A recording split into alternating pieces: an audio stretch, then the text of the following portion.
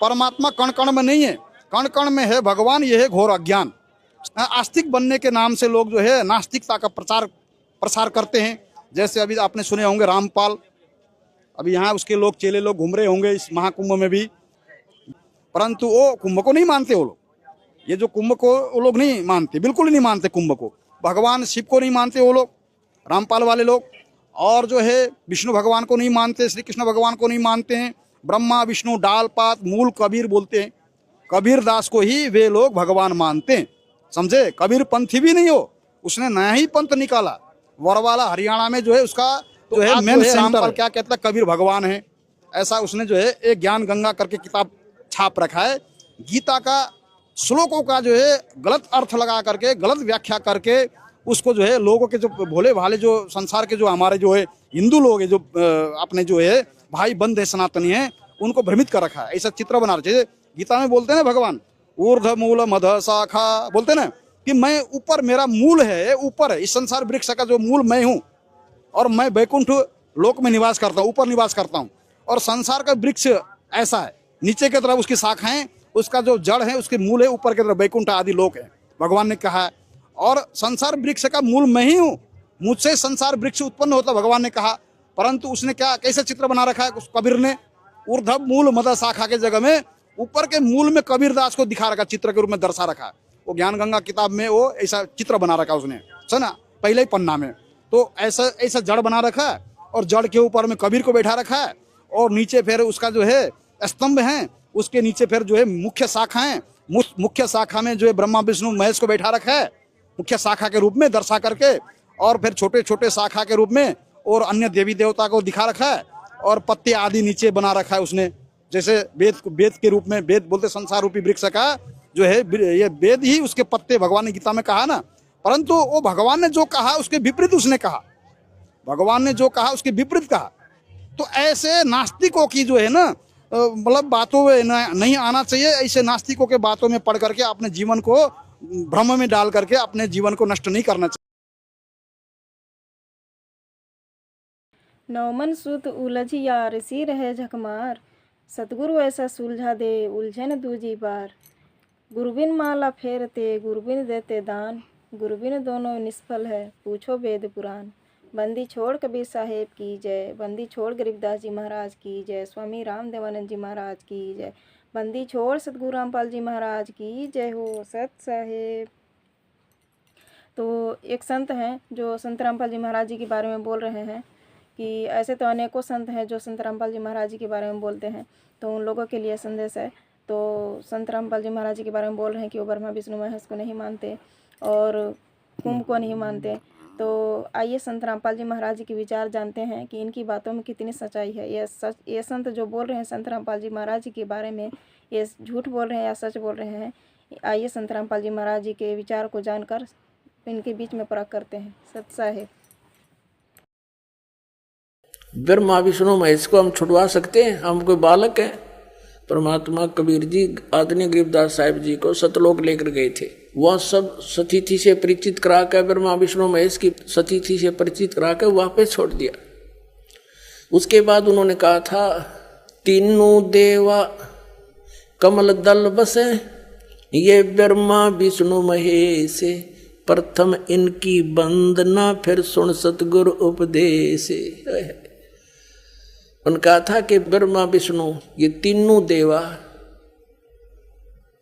कमल दल में बसते, हमारे कमलों में, इन दलों में अंदर रहते हैं। और प्रथम इनकी वंदना, ये मंत्र जो करते हैं हम इनकी साधना करते हैं। और फिर सुन सतगुरु उपदेश, सतगुरु के ज्ञान को सुनो और उसका पूरा कंप्लीट कोर्स लो, तब ये बात बनेगी। अब ब्रह्मा विष्णु महेश हमारे कोई दुश्मन नहीं है। कई कहते हैं कि आपके गुरु जी तो ब्रह्मा विष्णु महेश को छुड़वाते हैं। ब्रह्मा विष्णु महेश को हम छुड़वा सकते हैं? अब जैसे ऊर्ध्व मूलम अधः शाखम, ऊपर को जड़ वाला, नीचे को तीनों गुण रूपी शाखा वाला, उल्टा लटका हुआ संसार रूपी वृक्ष है। अब इसमें क्या है? ऊपर को जड़ता पूर्ण परमात्मा, नीचे को तीनों गुण रूपी संसार रूपी वृक्ष की शाखा है। तो क्या कोई शाखा को काट देगा बुद्धिमान व्यक्ति? पेड़ की शाखा को कोई काटने की कहेगा कि इसको तो फेंक दो काट के, फिर लटका के करेंगे बाकी का हम? तो कहने का भाव ये है कि जैसे परमात्मा कहा करते कि जैसे हमने भक्ति रूपी पौधा बीजना है और हम नर्सरी से कोई पौधा लाए, कैसे बीजेंगे? उसको गड्ढा खोदेंगे और उस गड्ढे में उसको जड़ों की तरफ से दबाकर मिट्टी में, फिर उस जड़ों की मूल की सिंचाई करेंगे। तो मूल की यानी जड़ की पूजा करेंगे हम, तो वो पौधा पेड़ बनेगा, उसकी टहनियाँ बड़ी बड़ी हो जाएंगी, 3 गुण रूपी शाखा। तो उन शाखाओं का फल लगेगा और फल के लिए हम सारा प्रोसेस अपना कर रहे हैं, फल प्राप्ति के लिए हम कर रहे हैं। तो वो हमने तोड़ने नहीं होते, हमने ऐसे करना है, अपनी way of worship according to the spiritual करना है, शास्त्रों के अनुसार करना। देखना, ये समझ लो हम एक पौधा लाए तो ये है बुद्धिमता। जड़ों को गमले में यानी मिट्टी में डाला, दबा दिया और पूजा शुरू कर दी, सिंचाई। ये जड़ कबीर परमात्मा है इस संसार रूपी वृक्ष की। अब ये हमने जड़ों को पूजना है। इन ब्रह्मा विष्णु महेश की पूजा नहीं कर, हम क्या कर रहे हैं? ऐसे कर रहे हैं। ये बता बाल कौला काम कर रखे हमने, हंसी नहीं आवे। हम ऐसी पूजा कर रहे हैं, उल्टा काम कर लिया हमने। ब्रह्मा विष्णु महेश को हम इष्ट रूप में पूज रहे हैं, गमले में ला दिए ब्रह्मा विष्णु महेश और ये पूजा कर रहे हैं। तो कोई क्या कहेगा? समझदार व्यक्ति ने घर सीधा कर ले इसने, और वो लड़े, हट जा दूर, खबरदार तूने क्या कर दिया। अब देखो जड़ छोड़ दी हमने, अब जड़ ऊपर रहेगी तो भक्ति रूपी पौधा सूख गया। ये यूजलेस है, ये शास्त्र विधि को त्याग कर शास्त्र विरुद्ध साधना है, ये उल्टा बीजा हुआ भक्ति रूपी पौधा। और हमने ऐसे करने को कहा, तो इसमें इसकी पूजा करेंगे भगवान कबीर साहब की, फिर हमारे शास्त्र अनुकूल कर्म बनेंगे। शास्त्र अनुकूल संस्कार होने से ये फल ब्रह्मा विष्णु महेश ने देना हमारे को, क्योंकि यहाँ के ये प्रधान है, इविन का फल लगेंगे। अब इसका प्रमाण देते हैं। अपने आत्मा परमात्मा ये कहा करते, तुम साधना ठीक करो और फिर आपको लाभ होगा पूरा। अब तुम साधना कर रहे हो उनकी जो आपको कुछ दे ही नहीं सकते। अब जैसे आप किसी फैक्ट्री मालिक की नौकरी कर रहे हो, तो नौकरी उसकी कर रहे हो, आपकी हाजिरी लगकर तनख्वाह बनकर कैशियर के पास आती है, अकाउंटेंट के पास आती है। अब तनख्वाह तो देंगे अकाउंटेंट और वो कैशियर, लेकिन वो देंगे आपका वर्क डन, और वो भी उस मालिक की मजदूरी करोगे। तो यदि उस आप लागे अकाउंटेंट और कैशियर की जूते साफ करन, उसकी प्लेट धोना, वह नौकरी दी छोड़ आपने, वो खा के देंगे आपको, लोग भाजत चाह बिना प्याओ टाइम पे। तो इसी प्रकार हमने पूजा तो करनी है, मजदूरी तो करनी, इष्ट रूप में तो पूजना परमपिता को, कबीर साहब को, और फिर उससे बनेंगे हमारे शास्त्र अनुकूल जितने भी शुभ संस्कार फिर देंगे। यही यहाँ पर जब तक आप यहाँ रहोगे तो यहाँ के ये प्रधान है, इन्होंने हमारा वर्क डन देना है। जैसा कर्म करेगा फल देगा भगवान, इनका ये आखिरी विधान था। तो ये भगवान तो वर्क डन ही दे सकते, इसमें ऐड नहीं कर सकते। और फैक्ट्री मालिक बनवाने के रखे दे दे तोहफे में, यानी परमात्मा हमारे मालिक हैं, मालिक तो कुछ भी दे सकता है। अब और थोड़ा सिखा दिखाते हैं, क्योंकि कंसेप्ट इससे जुड़ा हुआ है। इसी गीता जी अध्याय नंबर 3 के, ये श्रीमद् भगवद गीता अध्याय नंबर 3 के आपको दिखाते हैं, श्लोक 10 से लेकर 15। ये देखिएगा, श्रीमद् भगवद गीता अध्याय नंबर 3 के और श्लोक नंबर 10। प्रजापति ब्रह्मा ने कल्प के आदि में यज्ञ सहित प्रजाओं को रचकर कहा था, तुम लोग इस यज्ञ के द्वारा, यज्ञ माने धार्मिक अनुष्ठान, शास्त्र अनुकूल वृद्धि को प्राप्त हो। यह यज्ञ तुम लोगों को इच्छित भोग प्रदान करने वाली हो। 11वें में कहा है, यज्ञ के द्वारा देवताओं को उन्नत करो और वो देवता तुम लोगों को उन्नत करें। इस प्रकार निस्वार्थ भाव से एक दूसरे को उन्नत करते हुए तुम लोग कल्याण को प्राप्त हो जाओगे। 12वें में फिर कहा है यज्ञ के द्वारा बढ़ाए गए देवता। बताओ देवता ने क्या हम पकड़ कर बढ़ावांगे, खींच कर बढ़ावांगे उन्हें। अब ये विधि बता रखी है कि शास्त्र अनुकूल साधना करने से, जड़ की पूजा करने से ये तीनों देवता रूपी शाखा बढ़ जाएंगी, बड़ी हो जाएंगी, फिर ये फल देंगे।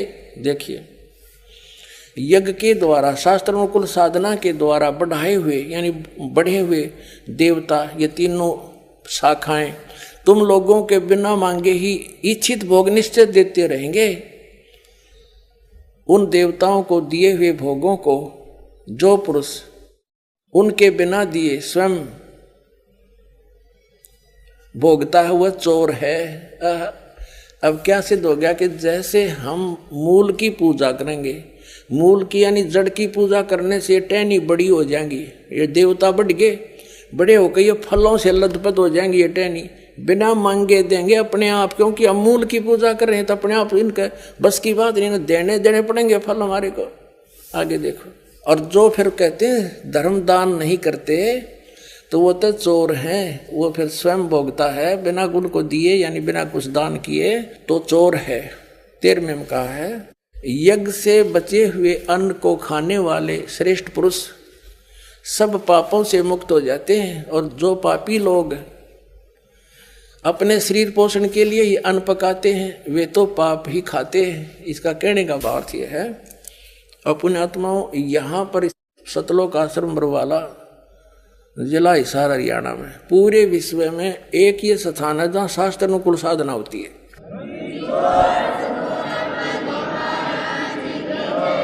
ये क्या बता रहे हैं, यज्ञ से बचे हुए अन्न को खाने वाले श्रेष्ठ पुरुष संत यानी अच्छी आत्मा तो सब पापों से मुक्त हो जाते हैं। हम सबसे पहले परमात्मा का भोग निकालते हैं, भोजन का भी, हलवे का प्रसाद बन कराता वो भी, उसको भगवान के भोग लगाकर फिर शेष अन्न को वितरित किया जाता है। तो ये कहते हैं यज्ञ से बचे हुए अन्न को खाने वाले संत, साधु संत भक्त, यज्ञ से बचे हुए अन्न को खाने वाले संत है यानी साधु संत भक्त आत्माएं, अच्छी आत्माएं सब पापों से मुक्त हो जाते हैं। अब कहने का भाव ये है कि यहाँ पहले भगवान को भोग लगा के शेष बचे हुए अन्न को उसके बच्चों को वितरित किया जाता है, वो महापाप नाशक बन जाता है। तो यहाँ आओगे तो सारी साधना मिल लगेगी आपने, तो सब पापों से मुक्त आप होगे। ज्ञान सुनोगे, धर्म यज्ञ, ज्ञान यज्ञ, प्रणाम यज्ञ, सारी यज्ञ, सब साधना, पूरा ट्रीटमेंट दिया जाएगा। फिर कहते हैं जो दान धर्म नहीं करते हो तो चोर हैं भगवान के।